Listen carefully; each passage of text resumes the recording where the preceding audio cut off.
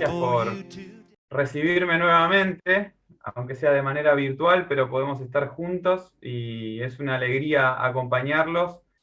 Como decía Mario recién, compartir este tiempo de oración que es tan especial, ¿no? Recién nosotros tuvimos el nuestro en la iglesia, y ahora me sumo a y yo no dejo de sorprenderme de pensar cómo Dios, la dimensión que tiene el Dios en el que creemos, ¿no? Que recibe motivos de oración de los 8.000 millones de personas que viven en esta tierra y no se le van de las manos, no se le escapa ninguno, conoce la cantidad de cabellos que hay en nuestra cabeza y no nos deja de sorprender. Pero qué bueno que es confiar en un Dios así y por eso podemos estar realmente tranquilos, podemos descansar 100% sabiendo el Dios que tenemos, que se escapa a nuestra comprensión, pero sabemos que Él sí lo sabe todo.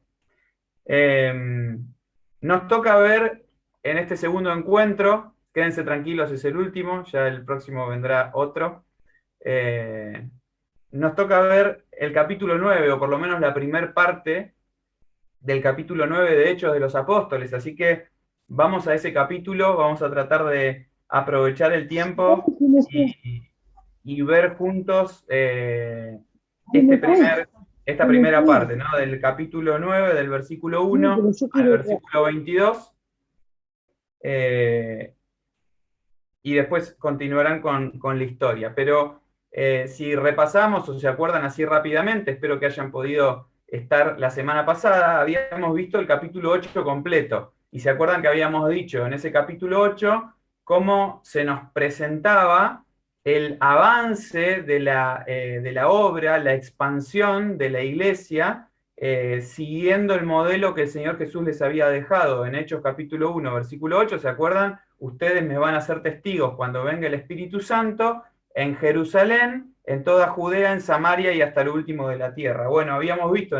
la semana pasada que el capítulo 8 nos muestra estos dos avances. De Jerusalén, donde había ocurrido el comienzo de la obra y donde todavía la iglesia no avanzaba, a través de una persecución, una cuestión externa a la iglesia, ocurrió que se vieron obligados a salir. ¿Se acuerdan que dijimos, los apóstoles quedaron en Jerusalén, pero los demás, la iglesia, un montón de anónimos, llevaron adelante la obra y la obra creció y el evangelio fue desparramado porque así como ellos iban avanzando, iban predicando el evangelio, cumpliendo con aquella gran comisión de id y hacer discípulos, que era yendo, ¿se acuerdan? Mientras van, hagan discípulos. Eso hicieron ellos. Por eso avanzó en Judea y llegó, abarcó hasta Samaria, particularmente Samaria de la mano de Felipe. Y se acuerdan que habíamos visto lo que había hecho Felipe, el impacto que tuvo la evangelización en Samaria. Y luego vimos ese relato que nos cuenta cómo Felipe fue llevado por el Espíritu, particularmente a una persona que necesitaba, que estaba buscando a Dios, y cuando una persona busca a Dios, Dios lleva los medios para que lo pueda encontrar. Y así fue el caso del etíope, que siguió gozoso su camino luego de encontrarse con Felipe.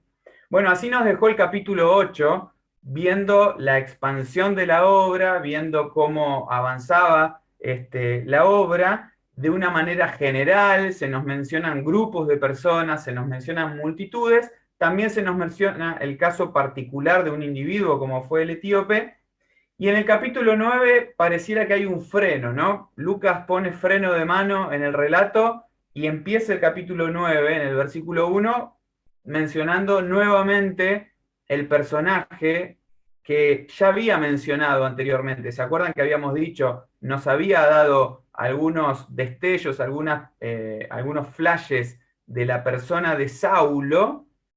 Y ahora se va a dedicar Lucas a presentarnos a Saulo específicamente.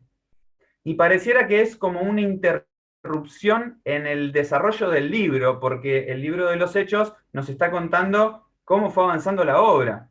Y ahora se va a dedicar a la conversión de una sola persona. Sin embargo, esta sola persona parece que es necesario detenerse y presentarla, porque luego en el libro de los Hechos, la mayoría del contenido del libro de los Hechos tiene muchísimo que ver con este personaje. Ya lo sabemos nosotros, ¿no? No hace falta que lo digamos, pero la primera parte del libro de los Hechos hace un énfasis tal vez más especial o más específico en Pedro, y la segunda parte del libro de los Hechos se desarrolla más con la tarea de Saulo posterior a su conversión. Saulo que hasta ahora se nos menciona como Saulo, y en el capítulo 13 se nos va a decir Saulo que es Pablo, y luego empieza a hablar de Pablo. No nos tenemos que confundir acá, es la misma persona, nada más que uno es su nombre latino, digamos, por su origen romano, que es el término Pablo, mientras que Saulo es el nombre con su origen hebreo. Pero es la misma persona, es el mismo nombre hebreo o latino, romano, y justamente como luego se convirtió en el apóstol a los gentiles, al mundo gentil, a los que no eran judíos, tal vez por eso hace tanto más énfasis y luego se desarrolla toda la historia con el término Pablo, que era el que tenía más que ver con esto, con su cara romana. Pero todos sabemos bien que su origen era judío, ¿no? Y en ese origen judío, su nombre hebreo tenía que ver con esto, era Saulo. Ahora, todavía no es el gran misionero, el predicador, el que conocemos escribiendo las epístolas, llevando el evangelio. Todavía tenemos al Saulo antes de su conversión. Y justamente fíjense el versículo 1 lo que dice: Saulo respirando aún amenazas y muerte contra los discípulos del Señor, vino al sumo sacerdote y le pidió cartas para las sinagogas de Damasco, a fin de que si hallase algunos hombres o mujeres de este camino, los trajese presos a Jerusalén. En esto estaba involucrado Saulo. En esto estaba metido, este era su afán, en esto estaba no solamente metido, estaba 100% comprometido. Si ustedes se fijan, en el capítulo 8 habíamos leído, lo leemos rápidamente, en el versículo 3, que dice, bueno, en el versículo 1 dice, Saulo consentía en su muerte. ¿En la muerte de quién? De Esteban.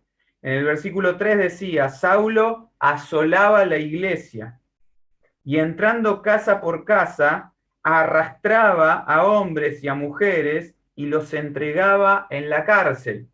Ahora nos encontramos con esta expresión, respirando aún amenazas y muerte contra los discípulos del Señor. Va al sumo sacerdote y pide cartas para ir a Damasco.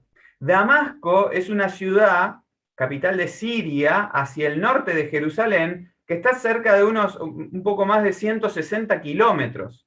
Es decir, que Pablo no estaba solamente involucrado con las cosas domésticas, sino que su alcance era todavía mayor. Él quería no solamente solucionar o erradicar el problema que para él representaba el cristianismo como una secta, sino que no solo lo quería erradicar en lo local, en Jerusalén, sino que se quería extender a otros lugares, y su tarea era realmente de amplio alcance. En Hechos capítulo 26, cuando tiempo después Pablo relata su conversión, no la vamos a leer completa porque hoy nos vamos a limitar a este pasaje, pero ahí hay una mención, fíjense lo que dice Hechos 26, versículo 10. Bueno, dice desde el 9, yo ciertamente había creído en mi deber hacer muchas cosas contra el nombre de Jesús de Nazaret, lo cual también hice en Jerusalén. Miren lo que dice Pablo de sí mismo. Yo encerré en cárceles a muchos de los santos, habiendo recibido poderes de los principales sacerdotes. Y cuando los mataron, yo di mi voto. Y muchas veces, castigándolos en todas las sinagogas, los forcé a blasfemar. Y enfurecido sobremanera contra ellos, los perseguí hasta en las ciudades extranjeras. Esto está contando Pablo tiempo después respecto del momento en el que estamos nosotros en Hechos capítulo 9. Este era su pensamiento, este era su sentimiento todo esto estaba dentro suyo en relación a la secta de los cristianos. Así la veían ellos, obviamente. Y fíjense, en 1 Timoteo, capítulo 1, leemos rápidamente estas referencias para verlo, digamos, de primera persona, ¿no? Esto es la autobiografía de Pablo, contada por él mismo.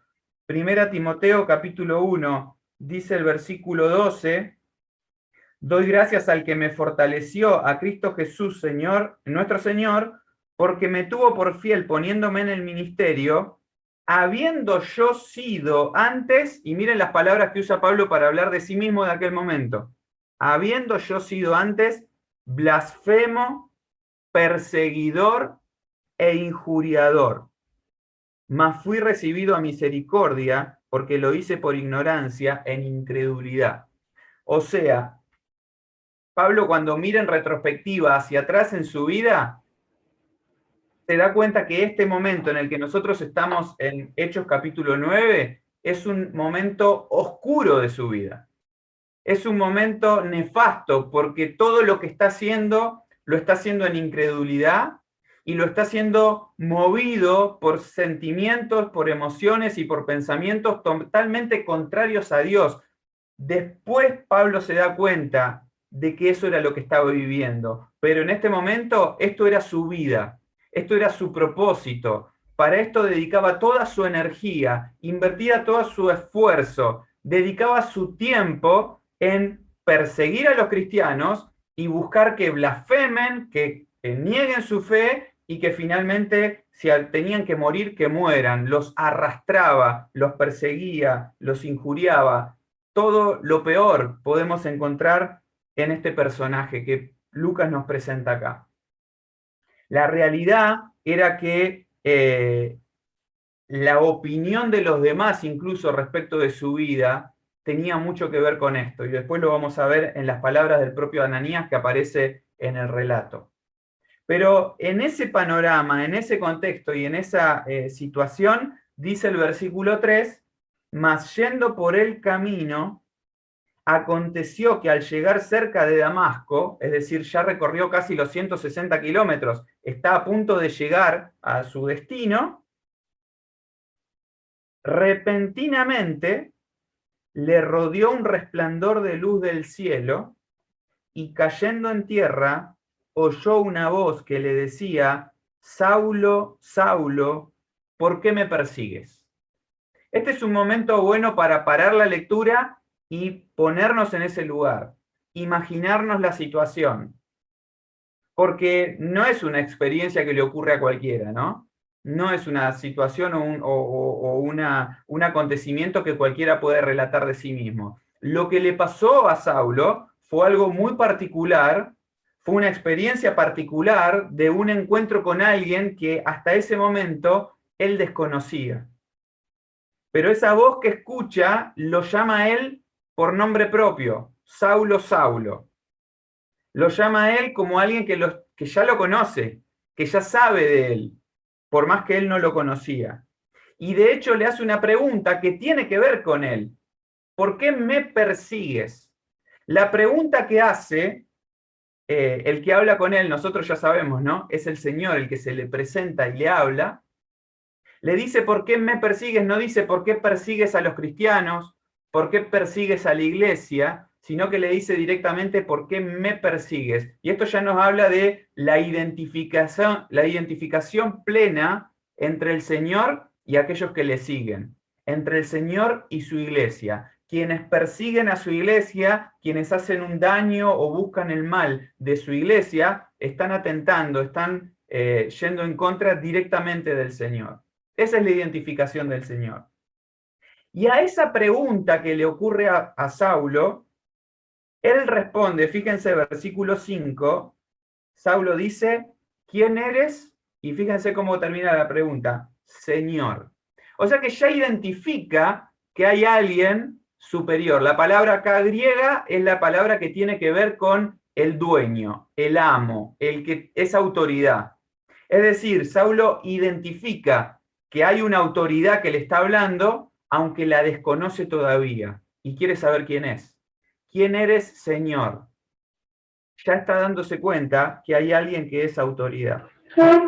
Y la respuesta del Señor a él es directa, sin rodeos y sin dobles mensajes o algo escondido. La respuesta es muy directa. Le dice, yo soy Jesús a quien tú persigues. Dura cosa te es dar coces contra el aguijón. Acá en este momento, no sé, si nos imaginamos la situación y nos podemos poner en los pies o en las sandalias de Saulo, ¿no? Para pensar, ¿qué estará pensando Saulo en este momento? Porque él sabe bien los sentimientos que tiene contra los cristianos, él sabe bien lo que está haciendo, él es consciente de su celo, su fervor y sus ansias de ir en contra de aquellos que siguen, que son del camino, que siguen a Jesús, pero hasta este momento Saulo piensa que ese Jesús de quien él había escuchado estaba muerto y sepultado en algún lugar, en alguna tumba de Jerusalén. Para él, Jesús era alguien que había existido, obviamente, seguramente había escuchado de la fama de él, pero ahora quedaban sus seguidores. Y lo único que faltaba era, así como se mató a Jesús y se lo sacó de en medio, bueno, hay que sacar también de en medio a los seguidores. Pero acá el que se le presenta es ese mismo. Sin lugar a dudas, se debe haber llenado de preguntas, con un montón de temores y un montón de cosas que no tenía claras, pero el Señor se le presenta muy concretamente y le dice esta expresión, soy Jesús a quien tú persigues, nuevamente la identificación directa de persigues a la iglesia, me estás persiguiendo a mí, y esa expresión que seguramente ya la conocen, pero vale la pena decirla de nuevo, ¿no?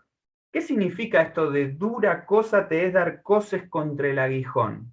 Bueno, esto era porque a la gente de la zona, a la gente que conocía de agronomía, sabía que normalmente a los animales que se los utilizaba para llevar una carga o para tirar el arado, se los incentivaba, por decir de alguna manera, para que avancen cuando se empacaban y se quedaban, con una punta, con un elemento que tenía una punta en el extremo, que se le decía el aguijón. Entonces, si el animal se empacaba y se frenaba, se le tocaba la parte de atrás con esto que le pinchaba y le molestaba. Y algunos animales que eran un poco retobados, lo que hacían en vez de avanzar era tirar patadas para atrás, como queriendo sacarse de encima eso que les estaba molestando, que les incomodaba. A eso apunta la expresión. Entonces, si bien para nosotros en el relato de Lucas es el primer momento en que Saulo se encuentra con el Evangelio, con la figura del Señor y con esta situación de encontrarse, es su primer encuentro con el Señor, sin lugar a duda la expresión de que él ya estaba dando coces contra el aguijón, ya estaba tirando patadas contra algo que le incomodaba, es porque había algo ya que estaba trabajando en la cabeza de Saulo, porque Dios estaba trabajando en su vida y había cosas en él que seguramente le incomodaban. Y se resistía a esas cosas que internamente sabía que algo pasaba. Y uno puede pensar, ¿y cuáles serían esas cosas? Bueno, tal vez una de esas cosas era lo que había pasado con Esteban. Él presenció cómo murió Esteban, él presenció las palabras de Esteban, él vio la expresión en la cara de Esteban, ¿se acuerdan de eso que seguramente estudiaron 2 capítulos atrás? Y eso tal vez era un aguijón para él, pensando, ¿qué pasa con este hombre? ¿Por qué está obrando así?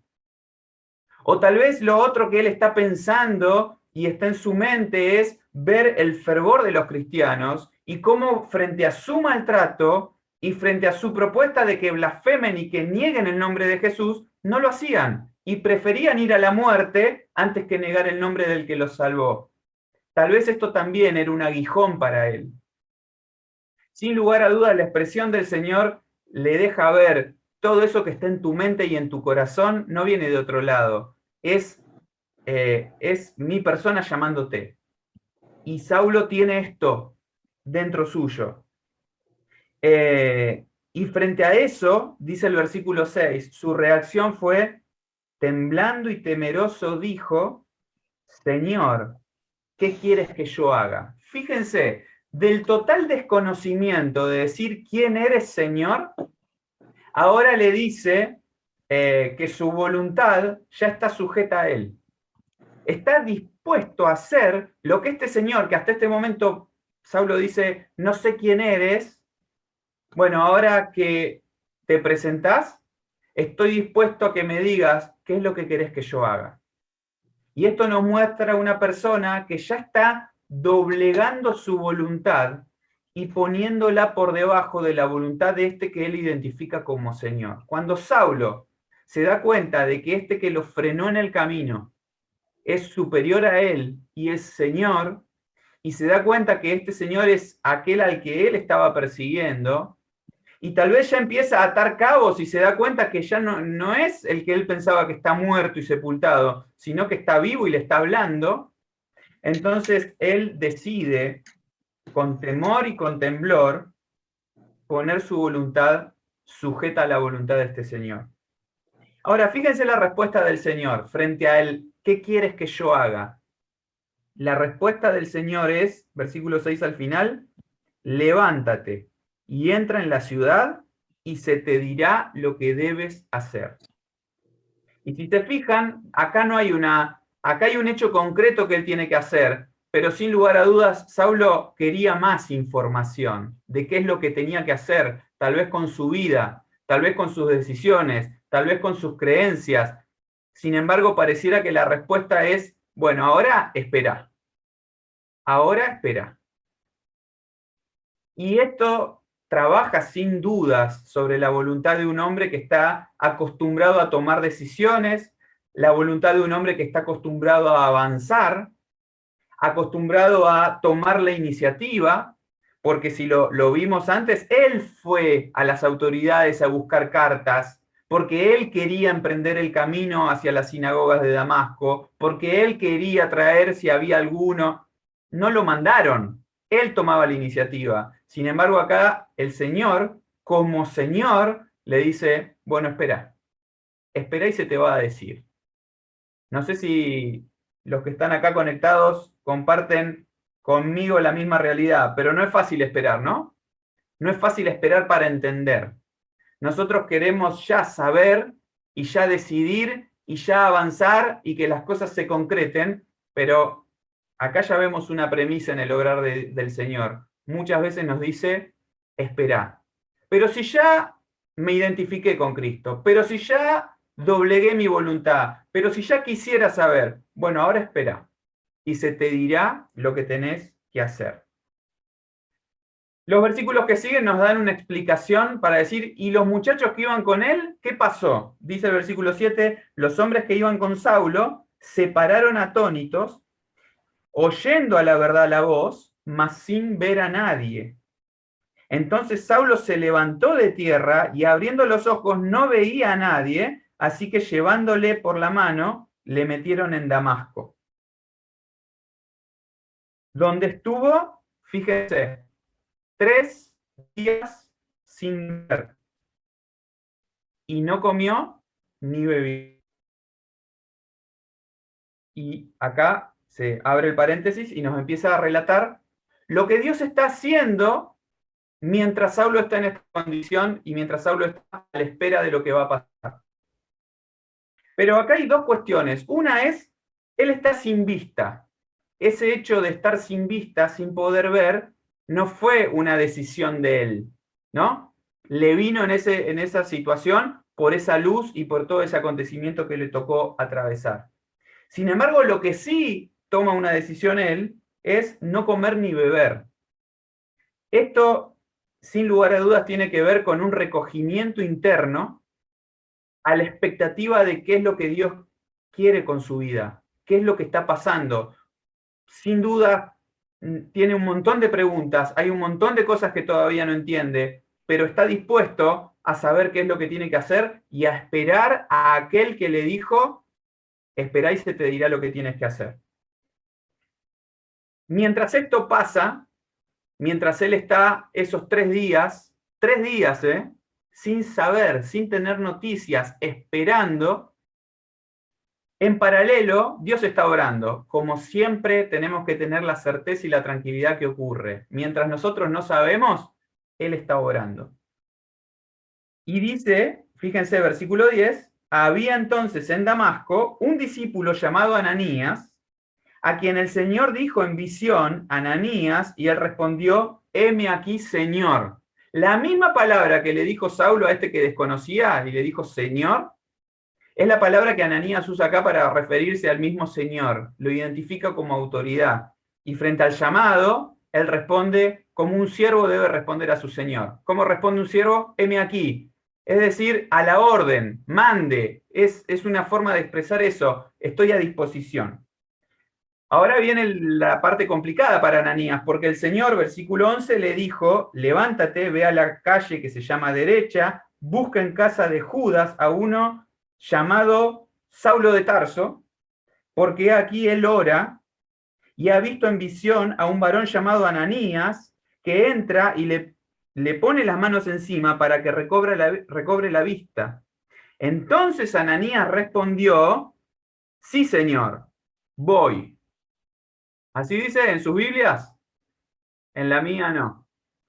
Ananías respondió, Señor, sigue identificando su autoridad, pero le dice, he oído de muchos acerca de este hombre. ¿Cuántos males ha hecho a tus santos en Jerusalén? Y aún aquí tiene autoridad de los principales sacerdotes para prender a todos los que invocan tu nombre. Es de lo más razonable lo que dice Ananías. Es de lo más lógico lo que él dice. Se había corrido la voz de que venía Saulo a Damasco. Sabían los de Damasco que había peligro porque el que venía con autoridad, con potestad delegada para hacer daño, para traer dolor a la iglesia. Ellos se habían ido escapando de Jerusalén y muy probablemente estaban en Damasco de este grupo que se habían ido llevando la palabra y sabían que venía uno con autoridad y que era un asesino, era un perseguidor, los venía a hacer daño. Y el Señor le dice a Ananías, anda a verlo, anda a encontrarte con él, porque ya le revelé que vas a ir vos. Las palabras de Ananías son su conflicto interior entre saber que lo que Dios le estaba diciendo no era lo que él hubiera preferido, pero a su vez, él sabe que es el Señor el que se lo está diciendo. Y parece como que le trata de explicar, ¿no? Como si el Señor no supiera. Pero el Señor le dice, versículo 15, ve, porque instrumento escogido me es este, para llevar mi nombre en presencia de los gentiles y de reyes y de los hijos de Israel, porque yo le mostraré cuánto le es necesario padecer por mi nombre. El Señor ya sabía, entiende a Ananías, pero le explica que en Saulo había un propósito y su vida estaba destinada a ser portador de este evangelio que él hasta este momento perseguía. Y fíjense, el versículo 17 es asombroso de ver cómo un hombre de Dios, un siervo de Dios debe obrar. ¿Cómo empieza el versículo 17? Fue entonces Ananías. Es decir, ya está, no me digas más nada. ¿Tengo que ir? ¿Lo entiendo? Voy. Y entró en la casa y poniendo sobre él las manos, dijo, hermano Saulo, el Señor Jesús, que se te apareció en el camino por donde venías, me ha enviado para que recibas la vista y seas lleno del Espíritu Santo. Y al momento le cayeron de los ojos como escamas y recibió al instante la vista y levantándose comió algo porque estaba muerto de hambre. No, levantándose lo primero que hizo fue aquello que su necesidad espiritual demandaba. Levantándose fue bautizado. Y habiendo tomado alimento, renglón seguido, recobró fuerzas. Y estuvo Saulo por algunos días con los discípulos que estaban en Damasco. Hasta acá la lectura, luego completamos el resto. Fíjense, Ananías entiende la consigna, él era hasta este momento un posible blanco para Saulo, cuando Saulo sale de Jerusalén, va a buscar a Damasco personas como Ananías. Podría haber caído en manos de Saulo, Ananías, tranquilamente. A estas personas él iba a buscar. Pero Ananías entiende la comisión, entiende los riesgos, pero entiende la comisión y decide ir allá donde el Espíritu le muestra que él tiene que ir. Y la primer palabra que Ananías le dice a Saulo era la palabra que Saulo efectivamente necesitaba escuchar. La primer palabra, si ustedes se fijan, que Ananías le dice a Saulo, ¿cuál es? Primer palabra, hermano. ¿Por qué? Porque Ananías entiende que este que antes era perseguidor, ahora es su hermano, y le extiende la comunión. Le muestra que ahora están en igualdad, que ahora son los dos miembros de la misma familia de la fe, que los dos ahora sirven y siguen al mismo Señor Jesús. Así que ese Señor que se te apareció en el camino es el mismo que se te apareció en sueño, es el mismo que me mandó a mí y me trae para que tengas la vista y recibas el Espíritu Santo. Si ustedes leen los comentaristas bíblicos, hay toda una disertación de en qué momento fue salvo Saulo. En el camino, durante los 3 días, en el momento que llega Ananías. La verdad que poco interesa entrar en esas minucias. Lo que interesa entender es que en Saulo se produjo la conversión. La conversión significa ir en un sentido, girar 180 grados y empezar a ir en otro, absolutamente contrario, opuesto, distinto. Y si Saulo antes era incrédulo o lo hacía en incredulidad, como leímos en Timoteo, ahora creía en el Señor. Y si él antes perseguía el Evangelio, ahora se convertiría en un perseguido por el Evangelio. Y si él antes resistía al Evangelio, ahora iba a ser un portador de este mensaje. El versículo 20 nos muestra el efecto, el resultado de la conversión. Enseguida predicaba a Cristo en las sinagogas, diciendo que éste era el Hijo de Dios. Y todos los que le oían estaban atónitos y decían, ¿no es este el que asolaba en Jerusalén a los que invocaban este nombre? ¿Y a eso vino acá? ¿Para llevarlos presos ante los principales sacerdotes? Pero Saulo mucho más se esforzaba y confundía a los judíos que moraban en Damasco, demostrando que Jesús era el Cristo. Se nos relata posteriormente en Gálatas, algo que no se relata en Hechos. Gálatas menciona, Pablo mismo escribiendo en Gálatas, a los Gálatas, dice que pasó luego de su conversión un tiempo en el desierto, en Arabia. Cerca de 3 años estuvo. No se relata acá. Aparentemente es posterior a estos relatos que acabamos de leer, se va a Arabia y luego vuelve, y luego continúa el relato de lo que ocurre ahí con los discípulos y con los que lo resisten, ¿no? Los judíos.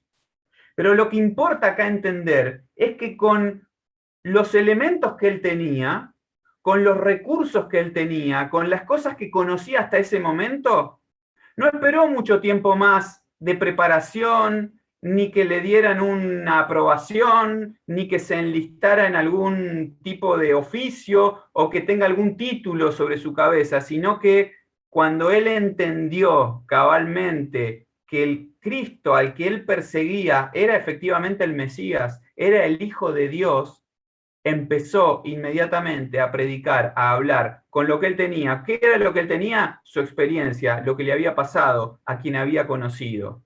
En el bautismo se identificó con el cristianismo, se identificó con Cristo plenamente, como hacía cualquier otro seguidor de Cristo, cualquier otro discípulo que abrazaba el Evangelio. Y con la predicación confesó con su boca, declaró, manifestó para que todos lo sepan. Y claro, para todos era una cosa totalmente extraña, atípica, hasta dudosa para muchos, que efectivamente sea cierto. Probablemente más de uno pensaba que era una estrategia para poder infiltrarse entre los cristianos y buscar personas para arrastrarlas, para meterlas en la cárcel. Es muy probable que hubiera muchas dudas, pero esto no lo opacaba, no lo tiraba a menos, sino que lo estimulaba a esforzarse más en demostrar que él efectivamente era un cristiano. Les comparto 3 conclusiones que dice en un libro Charles Swindoll, un libro que les recomiendo sobre la vida de Pablo. Se llama Pablo, un hombre de gracia y firmeza.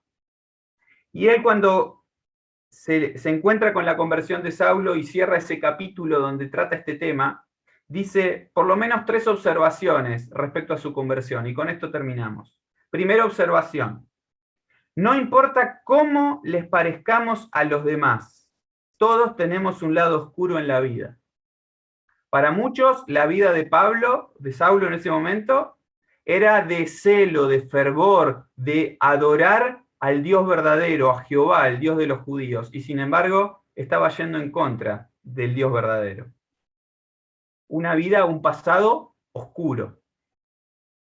La segunda conclusión que dice este hermano es: no importa lo que hayamos hecho, nadie está más allá de la esperanza. Y la tercera conclusión que este hermano dice es: aunque nuestro pasado esté viciado, cualquiera puede encontrar un nuevo comienzo en Dios. Miren, si hay un ejemplo en la Biblia que nos tiene que alentar, estimular a pensar que Dios puede hacer nuevas todas las cosas en serio, que Él tiene poder para transformar una vida completamente y que no existen los casos perdidos para Dios, es el ejemplo de Saulo. Y cuánto cuidado que tenemos que tener. Y todo el tiempo tenemos que volver a esta historia y repasarla en nuestra mente para decir: esta persona no, ¿qué le voy a hablar? O esta persona no, ¿cómo va a cambiar? O esta persona no vale la pena gastarse, ya está. Bueno, el Señor nos muestra en el caso de Saulo a una persona que era radicalmente opuesta al Evangelio y se convirtió en un discípulo radicalmente dedicado al Evangelio.